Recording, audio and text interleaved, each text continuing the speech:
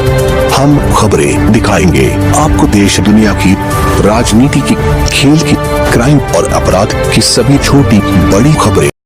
नमस्कार। कल भाजपा की केंद्र सरकार ने सीए लागू करने का नोटिफिकेशन जारी किया है।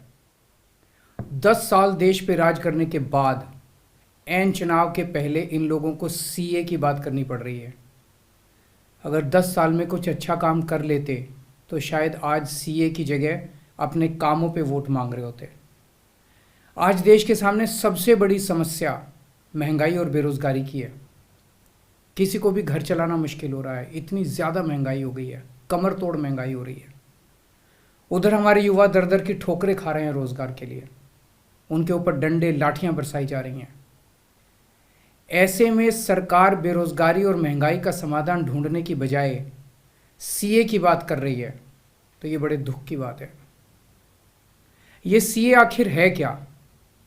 बीजेपी की केंद्र सरकार का कहना है कि 3 देश, बांग्लादेश, पाकिस्तान और अफगानिस्तान, इन 3 देशों के अल्पसंख्यक जो हैं वो अगर भारत की नागरिकता लेना चाहें तो उन्हें भारत की नागरिकता दे दी जाएगी।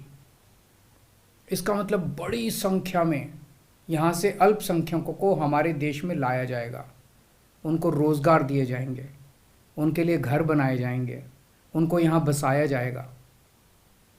अजीब बात है ना। बीजेपी की केंद्र सरकार से हमारे बच्चों को रोजगार दिए नहीं जा रहे, पाकिस्तान से लोगों को लाके उनके बच्चों को रोजगार देना चाहते हैं। हमारे लोगों के पास तो घर नहीं है, भारत के तो ढेरों लोग बेघर हैं, लेकिन बीजेपी वाले पाकिस्तान से लोगों को लाके उन्हें भारत में बसाना चाहते हैं, उनको घर देना चाहते हैं। हमारे रोजगार उनके बच्चों को देना चाहते हैं, हमारे हक के घर उनमें पाकिस्तानियों को बसाना चाहते हैं। भारत सरकार का जो सरकारी पैसा हमारे परिवार और देश के विकास पे खर्च होना चाहिए, वो पैसा पाकिस्तानियों को भारत में बसाने पे खर्च किया जाएगा। इन 3 देशों में लगभग 2.5 से 3 करोड़ अल्पसंख्यक हैं। ये तीनों बहुत गरीब देश हैं। जैसे ही भारत के दरवाजे खुलेंगे, इन 3 देशों से भारी भीड़ हमारे भारत में आ जाएगी। अगर इन 2.5-3 करोड़ में से 1.5 करोड़ लोग भी भारत आ गए तो कौन देगा इनको रोजगार? कहाँ बसाओगे इनको? बीजेपी वाले अपने घर में बसाएंगे क्या इनको? इनके अपने घर में रखेंगे क्या इनको? बीजेपी वाले देंगे क्या इनको रोजगार? कौन देगा इनको रोजगार? तो प्रश्न उठता है कि बीजेपी ऐसा क्यों कर रही है। कई लोगों से मैंने बात की, कुछ लोगों का कहना है कि ये पूरा का पूरा खेल वोट बैंक बनाने की गंदी राजनीति है। इन तीनों देशों से 1.5-2 करोड़ लोगों को अगर भारत ले आया गया और उनको चुन चुन के इस तरह से देश के अलग अलग भागों में बसाया गया, जिससे जहां जहां बीजेपी के वोट कम हैं वहां झुग्गियां डाल के अगर इन लोगों को वहां बसाया गया तो वहां बीजेपी का एक पक्का वोट बैंक तैयार हो जाएगा, बीजेपी के वोट बढ़ जाएंगे। और आने वाले इस चुनाव में तो नहीं, आने वाले भविष्य के चुनाव में बीजेपी को इससे बहुत बड़ा चुनावी फायदा मिल सकता है, ऐसा कुछ लोगों का कहना है। मुझे नहीं पता ये सच है कि गलत, लेकिन सबसे बड़ा प्रश्न है कि बीजेपी ये क्यों कर रही है। एक तरफ बीजेपी की हरियाणा सरकार हरियाणा के बच्चों को रोजगार देने में असमर्थ है। रोजगार के लिए हरियाणा सरकार अपने बच्चों को इजराइल भेज रही है। इजराइल में हम सब जानते हैं कि युद्ध चल रहा है, हमारे बच्चों को युद्ध में धकेला जा रहा है। अपने बच्चों को तो रोजगार है नहीं और पाकिस्तानियों को भारत लाके उनके बच्चों को रोजगार देना चाहते हो। मेरी तो ये बात बिल्कुल समझ से परे है। बीजेपी वाले पूरी दुनिया से बिल्कुल उल्टा चल रहे हैं। पूरी दुनिया में कोई भी देश अपने पड़ोसी देशों के गरीबों को अपने घर नहीं लाना चाहता।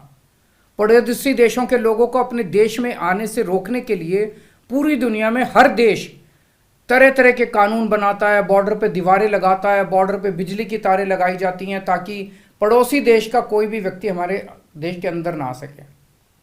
बीजेपी शायद अकेली पार्टी है पूरी दुनिया की जो पड़ोसी देश के गरीब लोगों को अपने देश में घुसाने के लिए दरवाजे खोल रही है, बिल्कुल उल्टा कर रही है।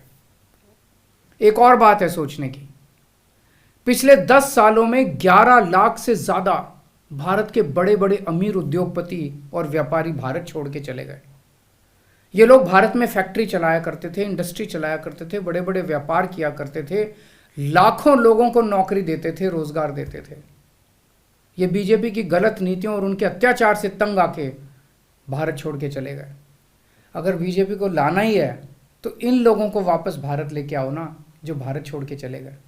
ये भारत आएंगे, इनके पास पैसा है, भारत में इन्वेस्ट करेंगे, नई नई फैक्ट्रियां खोलेंगे, नए नए व्यापार खोलेंगे, अपने बच्चों को रोजगार मिलेगा। ये क्या बदतमीजी है कि बांग्लादेश के, पाकिस्तान के और अफगानिस्तान के लोगों को हमारे देश में लाके बसाएंगे और उनको हमारे बच्चों के हक के रोजगार उनको देंगे। ये लोग कह रहे हैं कि 2014 के पहले आए हुए घुसपैठियों को इन नागरिकता दी जाएगी। ऐसा नहीं है, ये तो शुरुआत है।